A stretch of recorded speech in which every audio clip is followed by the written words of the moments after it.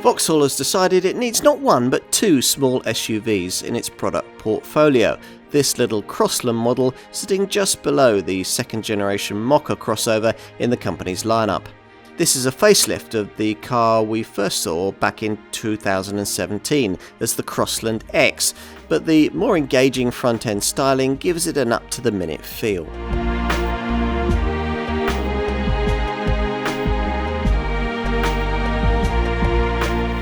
Small SUVs are where the market's at these days, and Vauxhall has two. Here's the most affordable, their Crossland model, first launched in 2017 but usefully upgraded 3 years later and 300,000 sales on to create the car that we're going to look at here. Back in 2017, when Vauxhall small SUVs were X designated, the original version of this car, the Peugeot Citroën-derived Crossland X, arrived to share showroom space and much the same customer base with the Griffon brand's older Korean-built Mokka X crossover.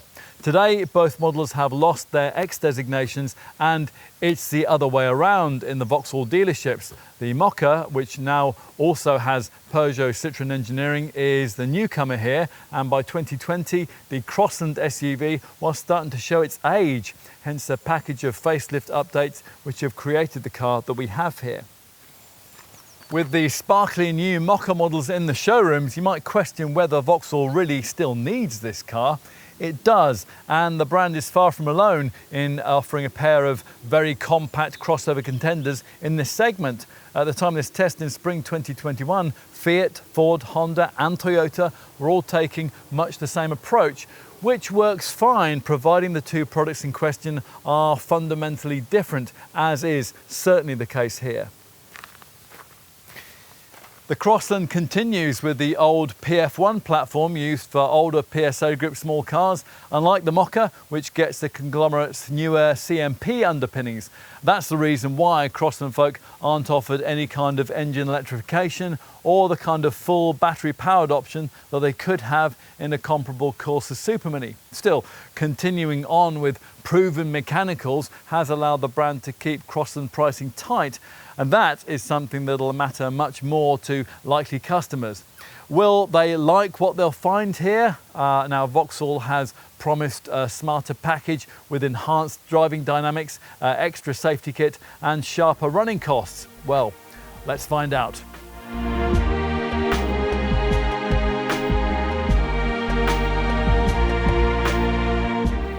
Now, this was the model originally promoted back in 2017 as being the car for pyjama mamas. Its TV advert featured hard-working mums who may end up wearing their pyjamas all day, but do so with a swagger.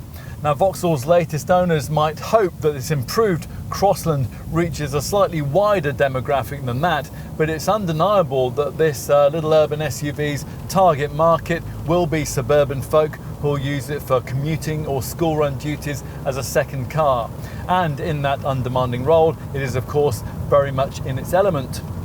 We were actually quite surprised that Vauxhall had bothered to make any ride or handling changes at all to this uprated model because owners weren't asking for them, and in the event the brand really might as well not have bothered, because if you happen to have owned or happen to have driven an original Crossland X, then you're unlikely to notice many dynamic differences with this one. Well, we couldn't anyway. For the record though, this facelifted version gets tighter damping and improved suspension, new springs and dampers in an effort to reduce body roll and improve the ride a little, although that remains somewhat unsettled on porous surfaces. There is apparently a new steering column too, and that is supposed to improve steering feel, although that remains really somewhat vague.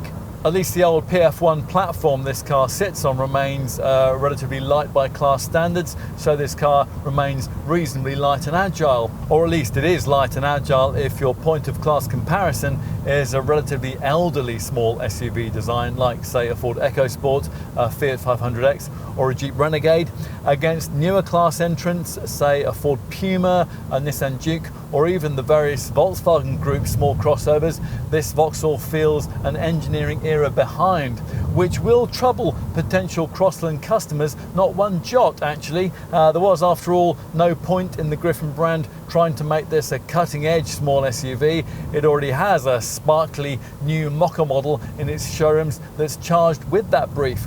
Here the aim was instead to deliver a trendy looking, very affordable crossover to fit the brief we began with, and it's still more than fit for purpose in that role. The engine range hasn't changed. Well, that's not quite true actually. The 1.2 litre 3-cylinder petrol unit that almost everyone chooses in this car, which is what we have here now, is a fraction more efficient, and that's courtesy of the need for compliancy with the latest RDE2 and Euro 6D regulations. And the diesel is a tiny bit different. Yes, there is a diesel on offer here. Unlike most of its rivals, Vauxhall hasn't yet decided that the time for black pump fuel power plants in this sector has long since passed. The original version of this model started out with the option of a 1.6 litre turbo D unit, but that was quickly changed for the PSA Group's newer 1.5 litre power plant, and that is what the Crossland continues on with here, albeit with a more efficient common rail fuel injection system. The power output is 110 PS with a manual gearbox, which means 62 miles an hour from rest takes 11.4 seconds en route to 115 miles an hour.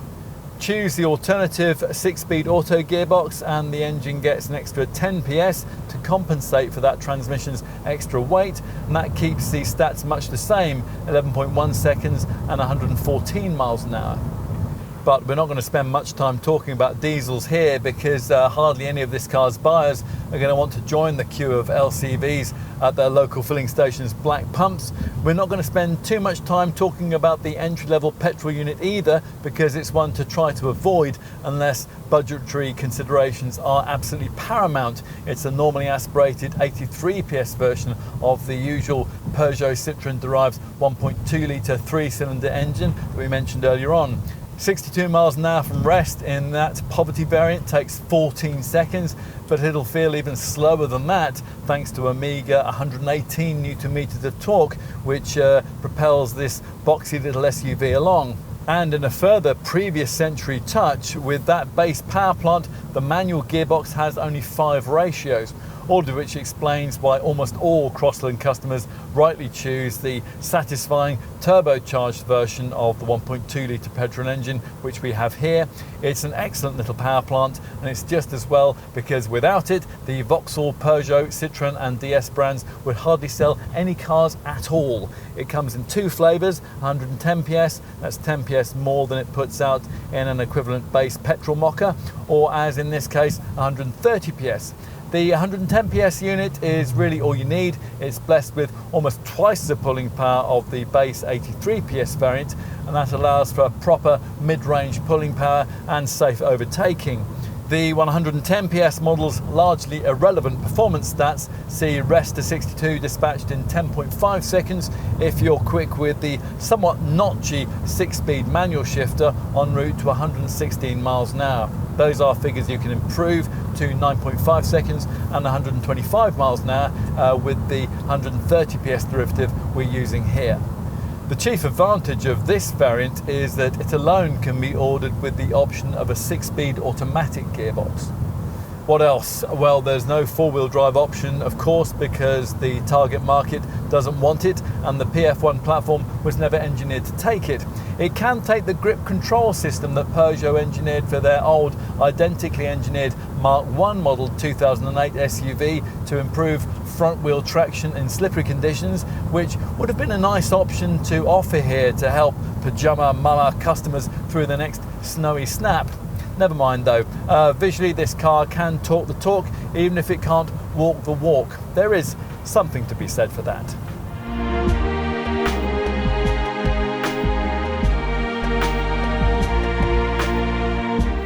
Buyers in the smallest SUV segment tend to prioritise aesthetics more than those in larger crossover categories. So with that in mind, it was important for Vauxhall to give this Crossland a more contemporary look and feel, which the brand is able to do here as part of the rollout of its latest design language, and that's showcased here at the front.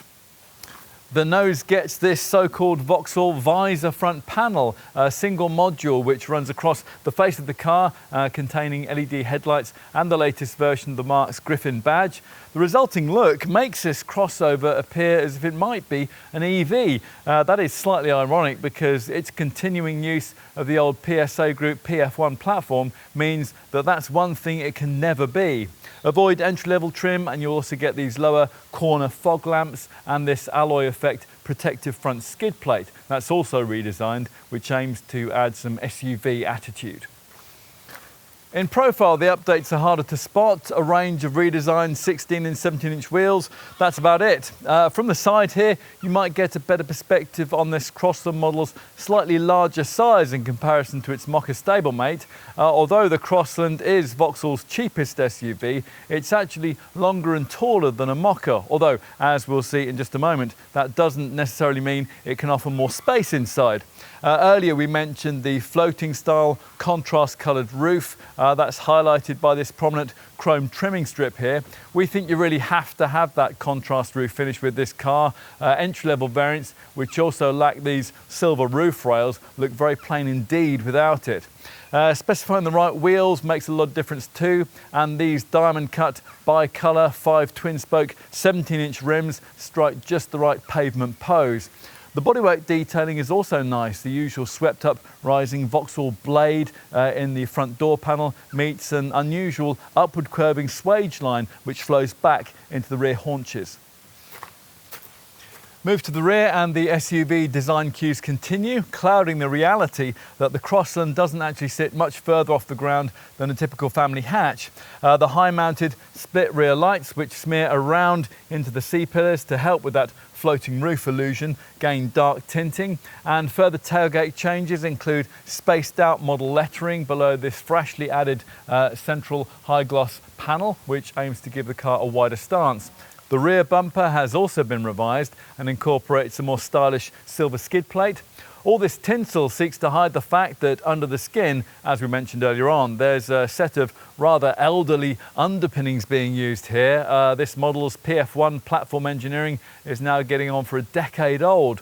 This car's showroom stablemate, the Mokka, rides on a stiffer, more modern CMP chassis, which is engineered for full powertrain electrification and extra camera safety provision.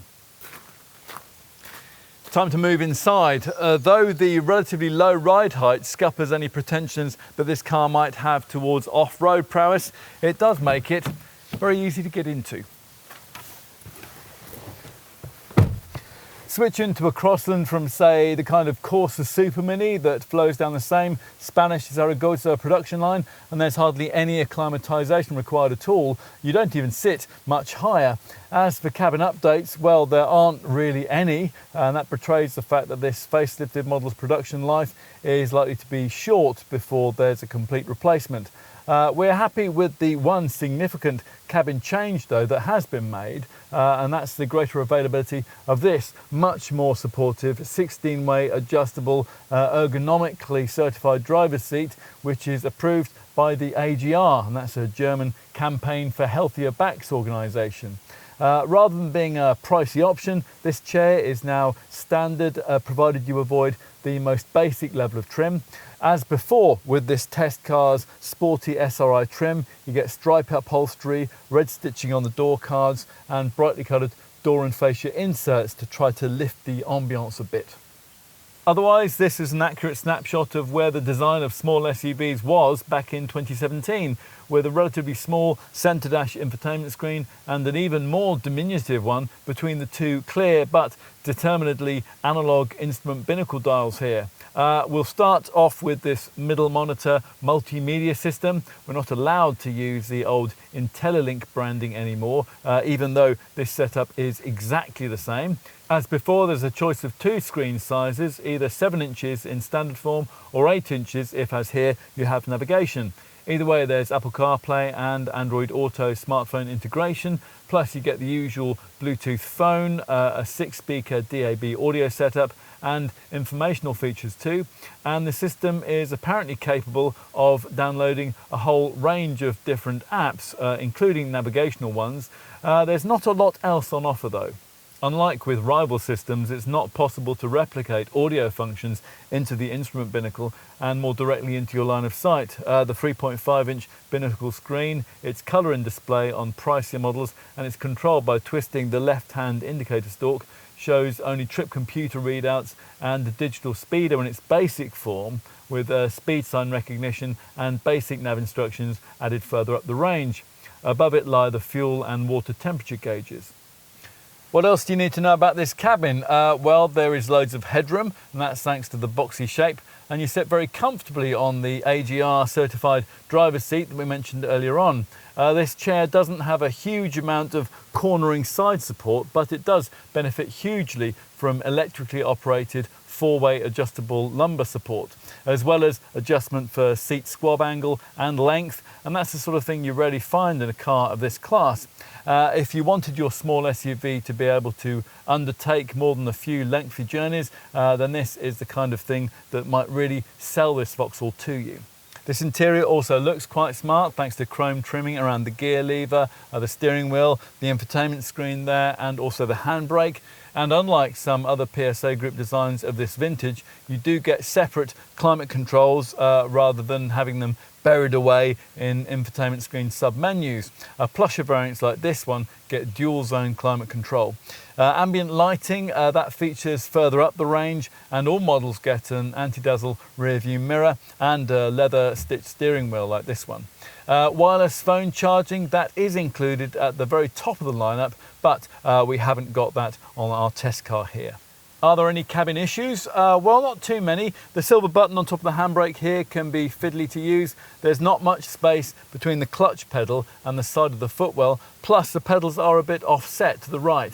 And over the shoulder vision, that's not great because the back window is small and the rear pillars are quite thick, so it's very fortunate that rear parking sensors are standard on most models. Apart from that though, all-round visibility is actually pretty good, and it's aided by the fact that the side window line is fairly low, although you sit quite away from the windscreen, and that can make it quite tricky to judge where the end of the bonnet is. The A-pillar bases are quite fat, but the upper sections are slim enough to give you a good view to the side when you're approaching roundabouts and junctions.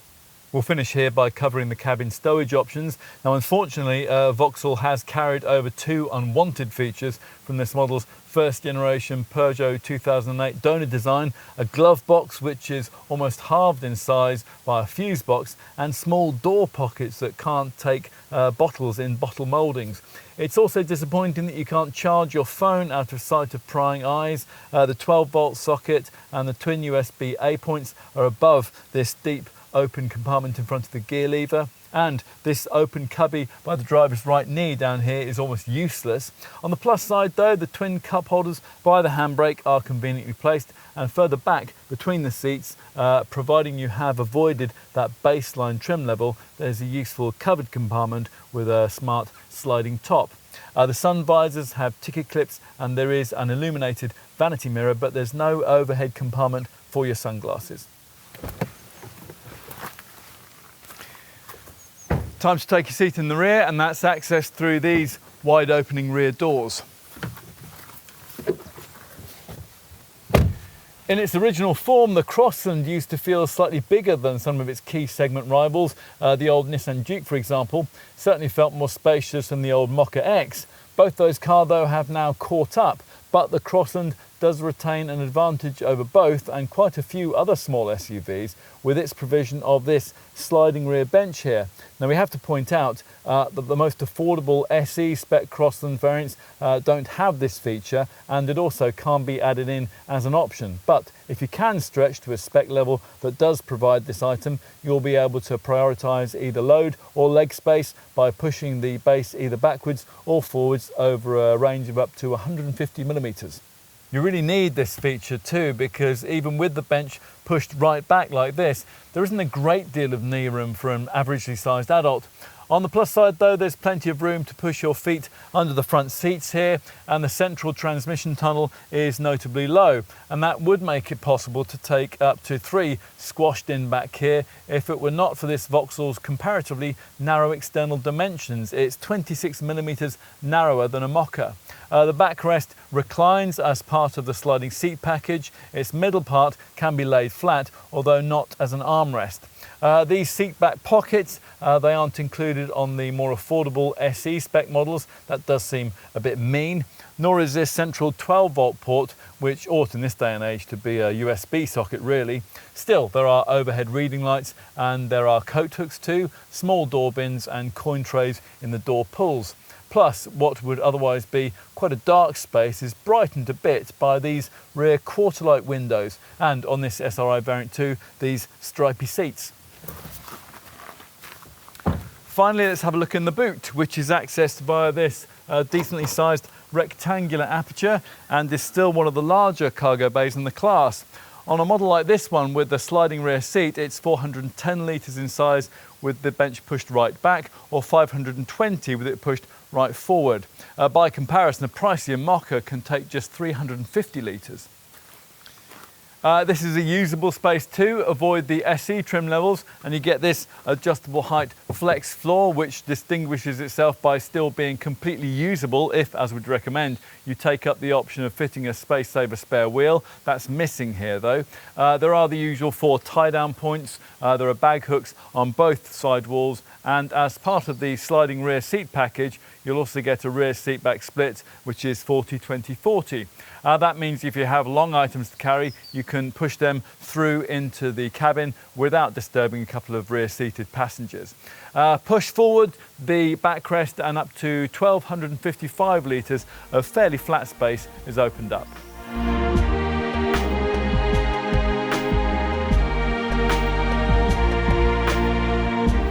The Crossland range structure remains quite straightforward. Front-wheel drive only and a choice of small petrol or diesel engines. For this facelifted range, there's a choice of 6 trim levels: base SE, SE Nav Premium, this SRI Nav, Elite, Elite Nav and Top Ultimate Nav. When we first tested this car back in 2017, it was priced from just under £18,000, with most variants selling at just over the £20,000 mark. Today, in this facelifted form, from launch, the asking figures were starting just a few £100 shy of £20,000, with most variants selling in the £22,500 to £24,000 bracket. Now, whether you class that as affordable in the way that Vauxhall does depends on your definition of that term. It probably will apply once you negotiate down a final price on this car. At the time of this test in spring 2021, Vauxhall dealers were offering a £1,000 discount on a Crossland even before customers had asked for it. Mind you, that kind of sharp-end flexibility is going to be needed to shift this car in any numbers, because on the kind of monthly finance terms that many customers will want, typically 48 months with 10% down and an 8,000 annual mileage cap, a Crossland price is slightly above more modern rival designs like the Skoda Kamiq and the Citroën C3 Aircross. Those two models sit in the £250 to £260 a month bracket. A typical Crossland 1.2 litre, 110 PS SRI Nav variant is £269 a month. We'll get to the overall value proposition against rivals in a moment after we've broken down the range structure for you. Bear in mind that the sub £20,000 asking price applies only for base SE spec and the brand's rather breathless, normally aspirated 83 PS version of the 1.2 litre petrol engine. That's the kind of formula that most potential customers simply aren't going to be interested in.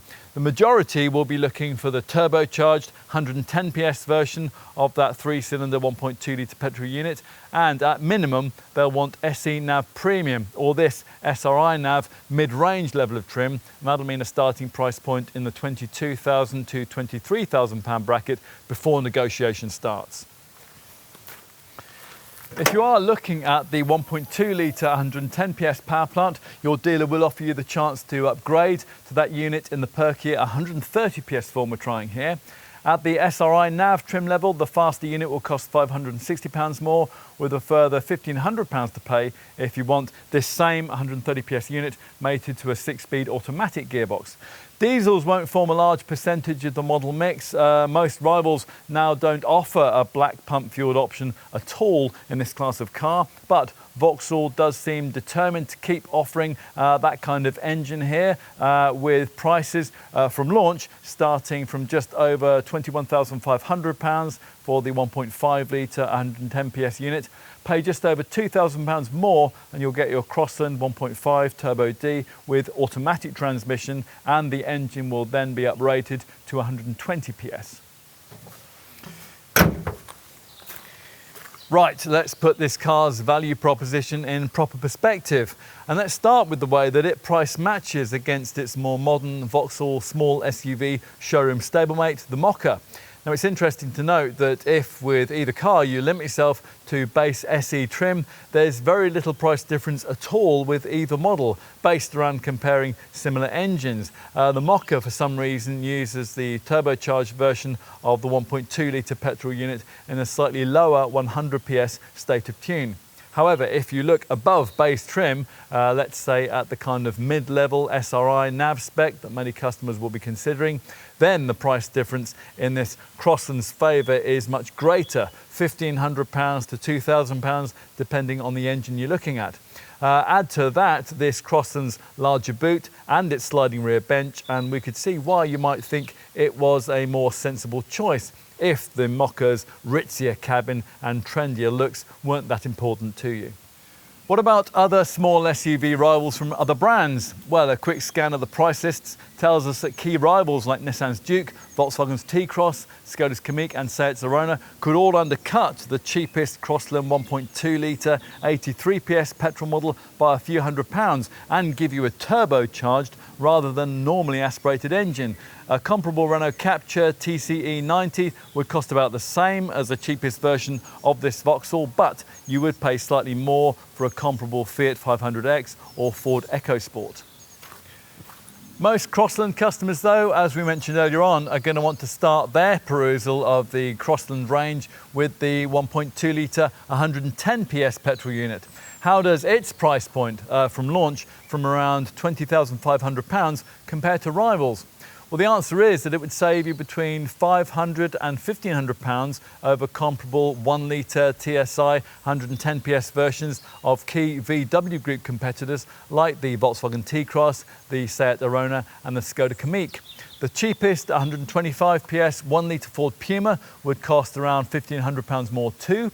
A Peugeot 2008 with almost exactly the same engine would cost you around £500 more, but it is worth pointing out that a Citroën C3 Aircross with exactly the same PureTech 110 engine could save you up to £3,000. There would be no haggling on that though, and that also tends to be the case for budget brand contenders in this segment, like the MG ZS, the SsangYong Tivoli and the Dacia Duster.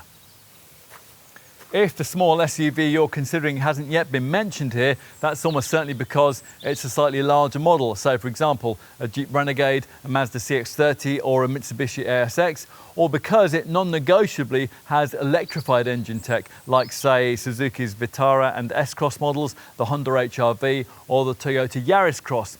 Either way, those things will make crossovers of that kind quite a bit more expensive than this one once you take everything into account. If, having considered all of that and discussed finance figures with your dealer, you conclude that the Crossland value proposition is too good to ignore, you'll want to know just how generous Vauxhall has been with the standard spec here. So let's take a look at that right now. Now, you can't have this trendy contrast coloured roof as standard with the base SE levels of trim, but most of the other things that you might want are included. With the cheapest SE models, that means full LED headlights, 16-inch diamond cut bi-colour 5 twin-spoke alloy wheels, auto headlamps and wipers, and cruise control with a speed limiter. Inside with SE trim you get air conditioning, a leather-covered steering wheel, an anti-dazzle rear-view mirror and a trip computer. Infotainment is taken care of by a 7-inch multimedia display with Apple CarPlay and Android Auto smartphone integration, Bluetooth and a 6-speaker DAB audio system. There are also a few camera safety features which we'll get to in a few moments. So that runs you through what you'll get with base SE trim, but as we said earlier, most potential Crossland customers will want a bit more than that. The next step up is SE Nav Premium spec, which gives you a few more key items. Firstly, as the moniker suggests, there is navigation included at this level, and that means that you'll get the larger 8-inch version of the multimedia central screen that's needed to run it. This level of spec also throws in a few really important things too, most notably the much more supportive AGR approved active driver's seat, which includes lumbar support. At this level, it'll also be much easier to park, and that's thanks to front and rear parking sensors and a panoramic rear view camera. And you additionally get LED front fog lights, an alarm, an extra front USB port and a driver's seat armrest. From SE Nav Premium spec upwards, all Crosslands fitted with navigation will come with the Vauxhall Connect package, and that gives you quite a lot. First and foremost, there's the eCall system, which at the press of a button, 24/7 and 365 days a year, that puts you in touch with a trained advisor in the event of an emergency or a breakdown, and it will automatically alert the emergency services if the airbags go off in an accident. Using a downloadable My Vauxhall app, Vauxhall Connect will also give you access to live navigation services, so you can plan a route in advance at home on your PC and then forward it onto your car, saving a lot of faffing around when you get in at the start of your journey. There is also regular vehicle diagnostic info, plus the app will allow you to lock or unlock the car via your phone from wherever you are in the world. It can even let you or someone that you nominate access and start the car using a smartphone. Many Crossland customers though will want this trendy contrast coloured roof, a pair of bigger wheels to fit these black plastic clad arches and the convenience of a more versatile sliding rear bench. Now for all that, you'll need to start your search with this test car's SRI Nav level of trim, and that also has most of the SE Nav Premium features that I just mentioned, although it doesn't have front parking sensors. Now, as well as the trendy top, which is adorned with these silver roof rails, SRI Nav gets you 17-inch wheels and front and rear skid plates, plus dark tinted side and rear tailgate glass. Inside, the key feature, as just mentioned, is what Vauxhall calls its versatility pack, and that gives you a sliding rear seat base, a more convenient 40-20-40 split for the rear seat back, and an adjustable height boot floor too. Other SRI Nav features include dual zone electronic climate control, a colour display in the instrument binnacle, an ergonomic AGR approved design for the front passenger seat, and also ambient lighting. The next trim level up is Elite or Elite Nav if you want navigation. Now this swaps out the versatility pack in favour of a winter pack, which gives you heat for the front seats and for the steering wheel. Elite Nav models also get a wireless phone charger and a panoramic rear view camera too. Now that only leaves top Ultimate Nav spec, which, as you'd expect, basically throws in absolutely everything mentioned so far, including all the versatility pack and the winter pack features bundled in together. Plus there's keyless entry and there's Alcantara upholstery too. What about extra spend? Well, there are 7 exterior paint colours to choose from. Most of them are 2-coat metallic shades, like this test car's Power Orange, and all of them cost more. You can add in a contrast coloured roof in black or white on the 2 SE spec levels for an extra £400. Swapping out a black roof for a white roof on the plusher trim levels also costs £400 more. You can also ask your dealer to fit a spare wheel. Other options include the usual things, a tow bar, floor mats and roof bars. That would allow you to fit a roof box. For the boot, you can add in a mat, a tray, a cargo net and a dog guard. Your dealer will also offer you side steps, a dash cam, stainless steel or illuminated side sills, sports pedal covers and a fragrance diffuser. There are also Flex Connect brackets, mainly for the rear seat, so you can add a coat hanger, a folding table and brackets for iPads and other tablets. Onto safety. Now for this facelifted Crossland, Vauxhall's engineered in some extra camera safety features which couldn't originally be had, the most important of these being autonomous braking. Now Vauxhall calls its system forward collision alert with automatic emergency braking and pedestrian recognition. Now this scans the road ahead with radar at up to 31 miles an hour and it can detect vehicles, pedestrians, bicycles and motorbikes. Unfortunately, it's only fitted as standard with the priciest spec levels. All variants do get lane departure warning and speed sign recognition, as well as the e-call system we mentioned earlier. From SRI nav trim upwards, there's high beam control, and that will automatically dip your headlights for you at night. And you can also add in a driver drowsiness alert system if you want it. Now that will alert you to take a break after 2 hours of driving over 40 miles an hour, and it will prompt you to stop at any time if signs of drowsiness are detected in your reactions. Otherwise, safety kit is limited to the usual things. Every Crossland comes with twin front, side and full-length curtain airbags. There's also tyre pressure monitoring and Isofix child seat mounts fitted to the 2 outer rear seats. Vauxhall says that pedestrian safety is enhanced by a collapsible windscreen wiper system and a special upper and lower bumper design. In addition, all Crossland models get ESP stability control and ABS brakes with emergency brake assist for panic stops, and that'll be advertised to following motorists by flashing adaptive brake lights. Cornering brake control provides extra stability through the turns, and every Crossland comes with hill start assist to prevent the car from rolling backwards when you're pulling away on inclines.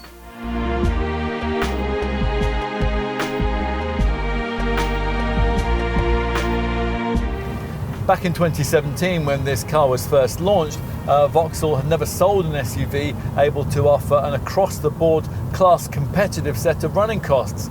Our memories of Griffin brand models of that kind were clouded by the smoky returns of models like the Frontera, the Antara and the first generation Mokka. The Crossland couldn't help but do better because it borrowed all its efficient engineering from Peugeot and Citroën Superminis, and it's since sold quite well, very much because it's a relatively inexpensive thing to own. Not as inexpensive to use as a new generation Mokka though, mainly because of its old school PF1 platform. The Crossland weighs a not insignificant 70 kilos more than its showroom stablemate, hence a set of efficiency stats which are about 5% worse. But the important thing is that the figures remain pretty class competitive, and that's thanks to the light tinkering which has been necessary to make this car's power plants meet the prevailing RDE2 and Euro 6D emissions regulations. We can safely ignore the base normally aspirated 83 PS 1.2 litre petrol model because that's what most customers tend to do too. That variant's WLTP rated returns up to 47.9 mpg on the combined cycle and up to 135 grams per kilometre of CO2 are actually slightly worse than those of the much more powerful turbocharged 110 PS version of that 3-cylinder unit. Those are up to 47.9 mpg and up to 131 grams per kilometre.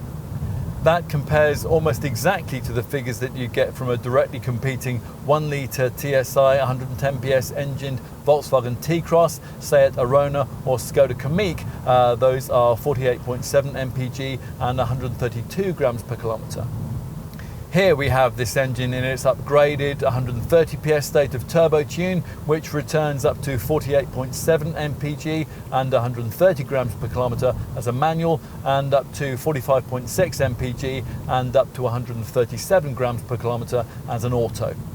Rather surprisingly, Vauxhall still offers a diesel option with this car. Diesels have fallen from favour in this segment, not only because of the prevailing environmental zeitgeist, but also because black pump fuel models demand a price premium that you're very unlikely to be able to recoup with fuel savings, given the relatively low annual mileage that a car of this kind is likely to cover. So some feverish calculator button pressing is required if you want to justify acquisition of the 1.5 litre Turbo D unit offered here. It benefits from a more efficient common rail fuel injection system, and that joins an emissions reduction system which comprises of a passive oxidization catalyst, an AdBlue injector, an SCR catalyst and a diesel particulate filter. The returns from this diesel unit are WLTP rated at up to 60.1 mpg on the combined cycle and up to 120 grams per kilometre of CO2 in manual form, or up to 55.4 mpg and up to 130 grams per kilometre as an automatic. What else might you need to know? Well, not very much. You get the usual engine stop-start system, and there are various fuel data readouts on the small instrument binnacle screen. Residual values are reasonably class competitive by volume brand small SUV standards. As for insurance groupings, well, these kick off with the base 1.2 litre 83 PS model, that's rated at Group 8E. For the 1.2 litre 110 PS variant, you're looking at groupings between 14E and 16E, depending on variant. For this 1.2 litre 130 PS variant, it's Group 18E to 19E. For the 1.5 litre Turbo D, it's Group 15E. You'll also need to know that Vauxhall includes an unremarkable 3-year, 60,000 mile warranty as standard, and that's a package that can be extended to up to 5 years and 100,000 miles at extra cost. A year's free breakdown cover is also included, along with a 6-year anti-corrosion guarantee. Service intervals, they're every 20,000 miles or 12 months, depending on which comes around first. You can also opt for a service plan that lets you pay monthly to spread the cost of regular work on your car. As part of this, Vauxhall offers discounts on wear and tear items like brake pads and windscreen wipers.